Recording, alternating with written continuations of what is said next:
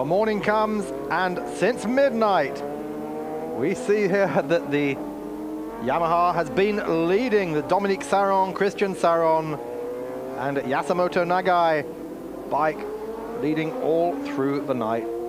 26 years now, Christian Sarron's been riding for Yamaha. Environ 11h50 hier soir. Cela dit, eh bien, ça a changé pas mal derrière. On le verra dans le résumé tout à l'heure. Je vais donc vous donner les trois premiers. Premier, on vient de le dire, cette Yamaha officielle numéro 3. Deuxième, c'est une Kawasaki, la numéro 35. Elle est pilotée par Adrien Morillas, Christian Aquin et Denis Bonoris. En troisième position, c'est la première machine privée. C'est une autre Kawasaki, celle d'un team anglais, le team Phase One. En quatrième position, c'est la première des deux Suzuki officielles, la numéro 5. Elle est pilotée par Bruno Bonnehuile, Philippe Monneret et Juan-Éric Gomez. Voilà pour les quatre premiers. On va y revenir tout à l'heure plus en détail. Sachez simplement que s'il n'y a pas de problème technique sur la machine de tête qu'on voit actuellement à l'antenne et qui est pilotée là par Dominique Sarron, eh bien la Kawasaki n'ira pas la chercher. C'est en tout cas ce qu'a déclaré le team manager, puisque Kawasaki joue non pas le bol d'or mais avant tout le championnat du monde. Et si Adrien Morillas conserve pour l'instant cette deuxième place, eh bien il sera sacré champion du monde. Elle émule cette idée, puisque j'ai vu un team manager d'une écurie qui m'a dit bon bah moi aussi l'année prochaine je cherche trois filles, si possible jolies évidemment, faut intéresser la presse, qui sachent rouler pour engager une moto à ses couleurs. Voilà. Crazy Horse, il y en a plein. Philippe, vous nous avez rejoint pour parler, on va pas parler des anciens ni des vétérans, de ceux qui ont un petit peu de maturité. Il en faut dans les équipes. Bon, pour ceux qui viennent de décoller la tête de l'oreiller, Jean-Luc, un rappel de ce classement tout à fait provisoire à 4 heures de l'arrivée. Après 20h 5 minutes de course, eh bien toujours la Yamaha YZF 750 de Dominique Sarron, Christian Sarron et Nakai en tête. Elle est suivie par la Kawasaki numéro 35 d'Adrien Morillas, Christian Aquin, Denis Bonoris. Et la première machine privée, une autre Kawasaki, c'est celle du team anglais Phase One. Voilà pour les trois premiers après 20h 5 minutes de course. Descendez un petit peu dans le classement, ça intéresse tout le monde. On va descendre un peu dans le classement. Donc quatrième, eh bien, la première des deux Suzuki officielles, c'est la numéro 5 qui est pilotée par Bruno Bonnehuile, Philippe Monneret et Juan-Éric Gomez. La course en tête vient d'être décapitée, effectivement, avec l'arrêt de la Kawasaki numéro 35. Pour l'instant, on ne sait pas pour quelle raison, mais il a environ 1,5 km à pousser avant de rentrer au stand. Ça veut dire que là, toute chance de remonter sur la Yamaha de tête, sauf incident technique, est pratiquement perdue. Alors ça relance évidemment le championnat du monde, puisque si la 35 abandonne ou si elle repart très loin dans le classement, la Suzuki numéro 5, celle de Bonnehuile, Monneret et Gomez, eh bien peut, en finissant troisième, décrocher le titre au championnat. Simplement, vous l'avez du super ordinaire. Éric Courly dans le stand justement de la 94, pendant qu'on voit Morillas toujours à la poussette avec Sakawa. Oui Dominique, les malheurs des usines font un peu le bonheur des privés, puisque j'ai à côté de moi Guigou et Damid, les deux pilotes de la numéro 94, la RC45. 750, catégorie Superbike aux couleurs du Yamaha Motor France Mobile 1. Au guidon, Dominique Sarron, Christian Sarron et le japonais Nagai Yasumoto en tête depuis 23 heures hier soir de ce 58e bol d'or, toujours en tête à moins de 25 minutes maintenant de l'arrivée de ce bol d'or 94 que vous allez suivre maintenant jusqu'à un peu plus de 15 heures en notre compagnie sur M6. Nous vous avons réservé la plus belle place qui soit sur ce circuit du Paul Ricard au Castellet parmi ces 100 000 spectateurs. Pour le moment, tranquille, il faut dire que le service d'ordre est imposant. Il n'est donc pas à la limite envisageable d'envahissement pour le moment. Ça veut dire que ce championnat du monde d'endurance français irait cette fois-ci jusqu'à 15 heures. C'est ce que nous souhaitons. En tout cas, c'est, vous l'imaginez, l'état de nerfs total au sein du team Yamaha. Voilà Dominique. Jean-Luc, Jean-Claude. Avec peut-être, oui, une petite analyse. Déjà, si la Yamaha franchit la première de la ligne d'arrivée, ce sera la 7e victoire de Dominique Sarron. Donc, égalité au niveau du record. Ce sera également la première victoire d'une Yamaha d'usine dans une épreuve d'endurance.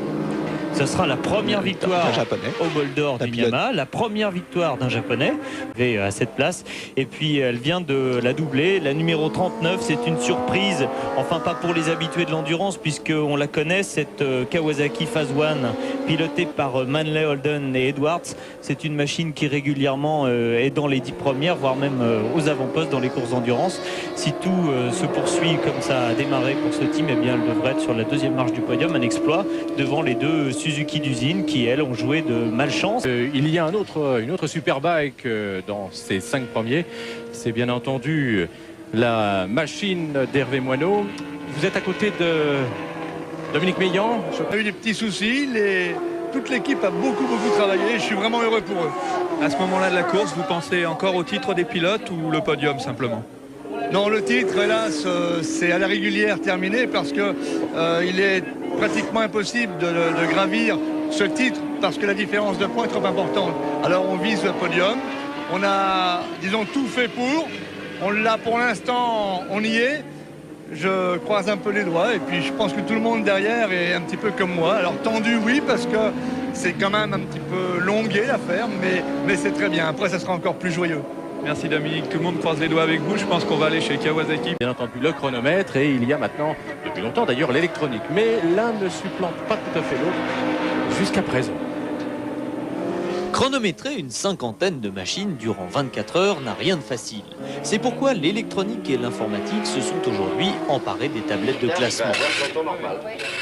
Comme en Formule 1, les motos du bol d'or sont donc équipées d'un petit boîtier qui renseigne automatiquement les chronométreurs sur la fréquence de passage des machines. Et puis, ça c'est la 5, hop, tu colles ça sous la 16. Chaque moto possède donc un transpondeur avec sa propre fréquence. Il est installé sur le garde-boue si ce dernier est en plastique et dessous si le garde-boue est en carbone. Le transpondeur, c'est un petit champ magnétique c'est un système hollandais bourré d'électronique. En fait, pour simplifier la chose, c'est une petite boucle magnétique qui rencontre une grosse boucle magnétique qui se trouve dans la piste. Et chaque fois que les deux champs magnétiques se rencontrent, ça envoie une impulsion à un ordinateur qui nous informe que c'est le boîtier 810 qui est embarqué sur la moto 10 et qui a tel et tel et tel pilote et qui est passé à telle heure.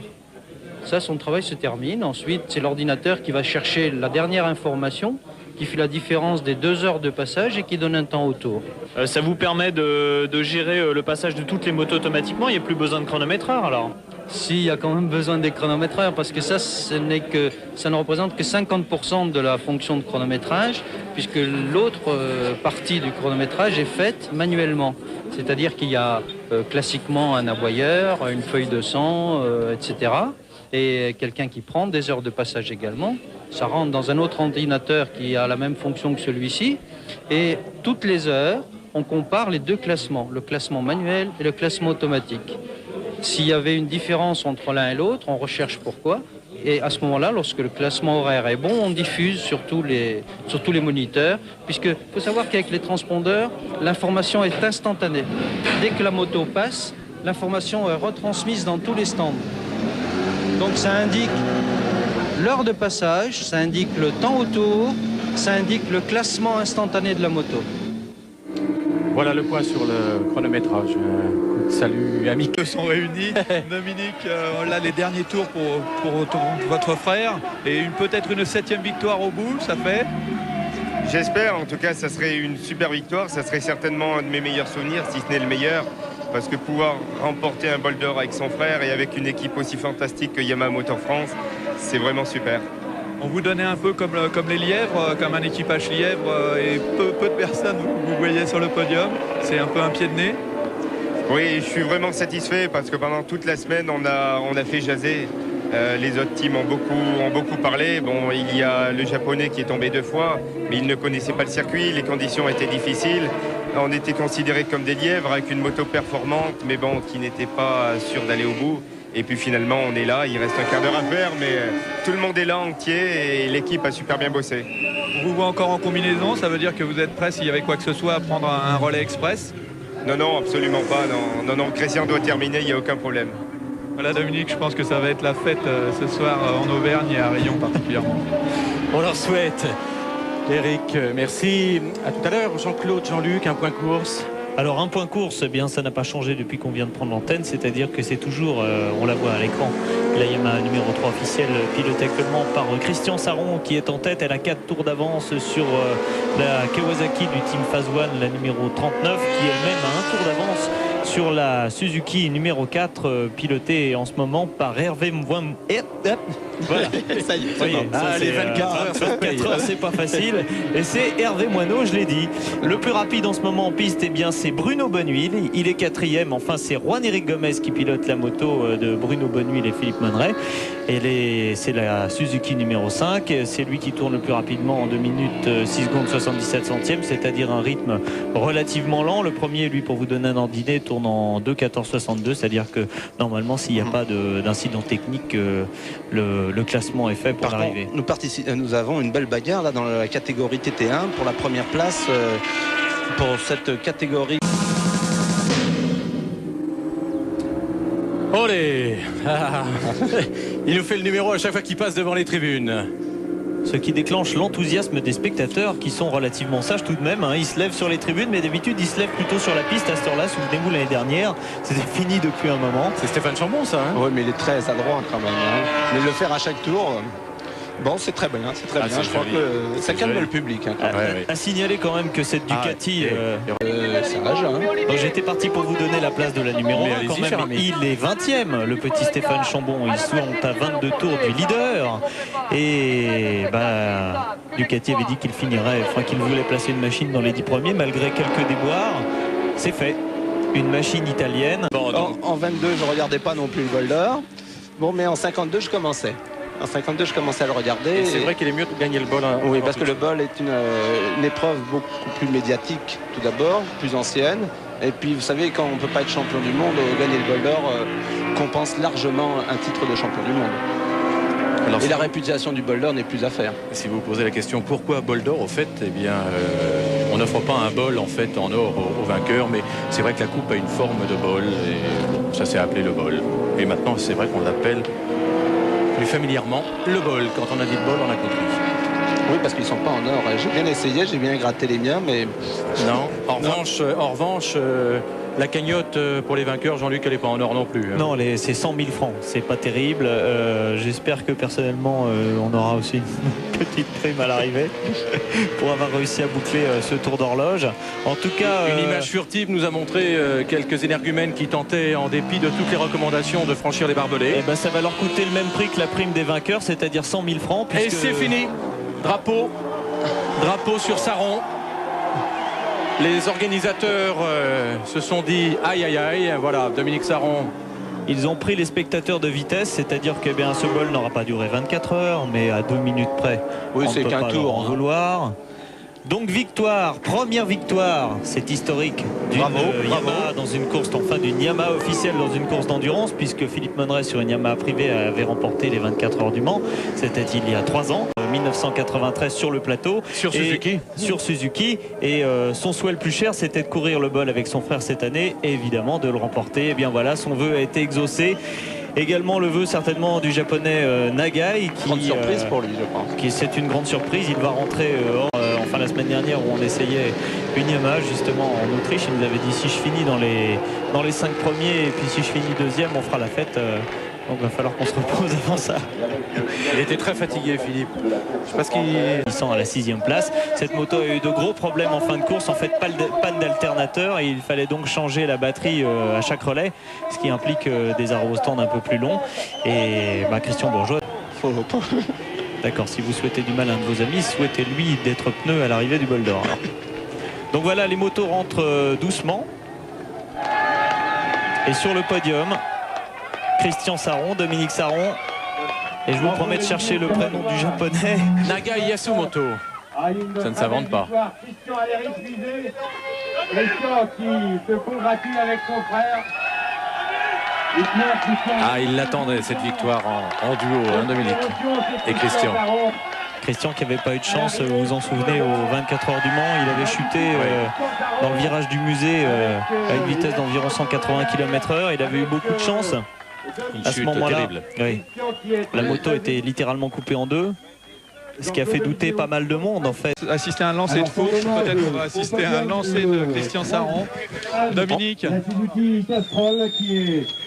Merci. Dominique, un grand moment d'émotion. Vous avez vu entrer avec les larmes aux yeux. C'est quelque chose, ça y est, c'est concrétisé. Gagner avec son frère, je crois que ça peut même pas s'expliquer. De toute manière, c'est une émotion vraiment intense. En plus, c'était quand même un nouveau challenge de courir avec Yamaha. C'était son retour. Et là, gagner avec une équipe comme ça, je crois que ça restera mon plus beau bol. Justement, une victoire qui peut en annoncer d'autres. Peut-être qu'on va vous revoir l'année prochaine.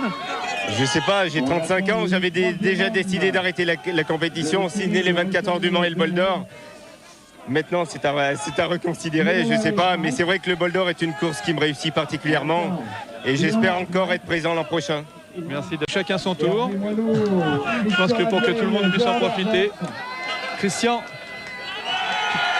tu peux demander à... On attend l'équipage de la Suzuki. En fin de compte, au niveau de la météo, nous avons eu beaucoup de chance. Oui, et pour terminer ce bol d'or. Et c'était Jean-Luc qui était oiseau de mauvais augure. Moi, depuis 24 heures, il nous serinait. Super. C'est fabuleux, c'est ça l'amour de la moto. À souhaiter que l'opération se renouvelle pour d'autres. Le ministre nous l'a dit qu'elle le souhaitait, qu'elle soutiendrait hier. Madame Michèle Alliot-Marie nous a dit